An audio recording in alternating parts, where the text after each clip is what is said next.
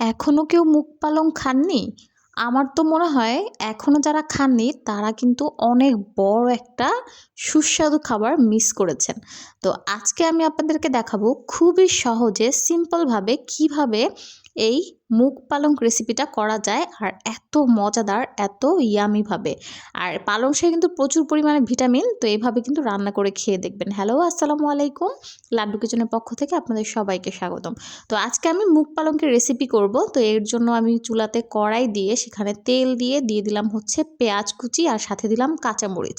তো এটাকে আমি একটু হালকা করে ভেজে যখন পেঁয়াজের কাঁচা কাঁচা গন্ধটা চলে যাবে তারপরে দিয়ে দিব হচ্ছে শুধুমাত্র রসুনটাকে আমি ভালো করে ছেঁচে নিয়েছি।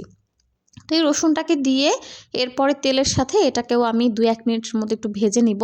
ভেজে যখন রসুনের গন্ধটা চলে যাবে সামান্য একটু পানি দিয়ে নিয়েছি। এখন দিব গুঁড়া মশলা, হলুদ দিয়ে নিলাম, সাথে দিয়ে দিব হচ্ছে গিয়ে মরিচ আর দিয়ে দিব লবণ। এখন এই যে মশলাটা আছে এই মশলাটাকে এই পানির সাথে ভালো করে কষিয়ে নিতে হবে।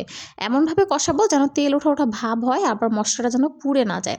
তো এটাকে ভালো করে কষিয়ে যখন তেল ওঠা ওঠা ভাব হয়ে যাবে তখন কিন্তু এর মধ্যে আমি যে মুগ ডালটা আছে এই মুগ ডালটাকে আমি ভেজে তারপরে ভালো করে ভিজিয়ে রেখে ধুয়ে পরিষ্কার করে নিয়েছি। তো এটাকে আমি দিয়ে দিলাম, দিয়ে এখন এই মুগ ডালটাকেও আমি এটার সাথে ভালো করে কষিয়ে নিব। তো এটার সাথে ভালো করে কষিয়ে প্রায় 5 থেকে 6 মিনিটের মতো আমি এটাকে কষাবো। কষানোর পর মুগ ডালটাকে দেখবেন যে খুব সুন্দর, মুগ ডাল থেকে অনেক সুন্দর একটা ফ্লেভার আসবে। এই মুগ পালংটা কিন্তু অনেকে অনেকভাবে রান্না করে, কিন্তু আমার কাছে আসলে এটাকে এইভাবে সিম্পলভাবে রান্না করে খেতেই অনেক ভালো লাগে। কারণ দেখা যায় বেশি মশলা ইউজ করলে মুগ ডালের যে ঘ্রাণটা বা পালং শাকের যে স্বাদ এটা মনে হয় আমার কাছে ভালো লাগে না, যার জন্য আমি খুব অল্প মশলা এটাকে করি।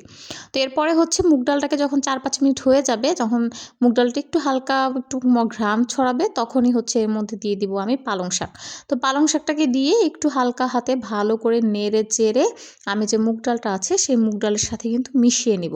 তো এটাকে হালকা হাতে মিশিয়ে নিচ্ছি। আর পালং শাক থেকে কিন্তু প্রচুর পরিমাণে পানি ওঠে, যার জন্য আসলে পালং শাকে পানি দেওয়ার প্রয়োজন হয় না।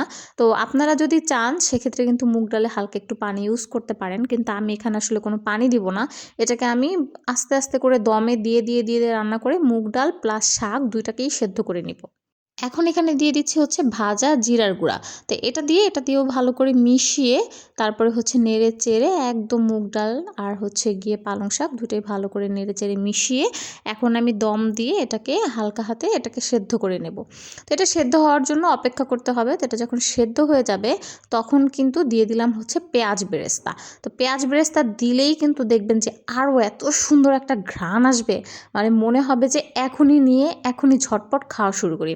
তা আমার মুগ পালং কিন্তু রেডি, গরম ভাত, খিচুড়ি যা খুশি তার সাথে খেতে পারবেন।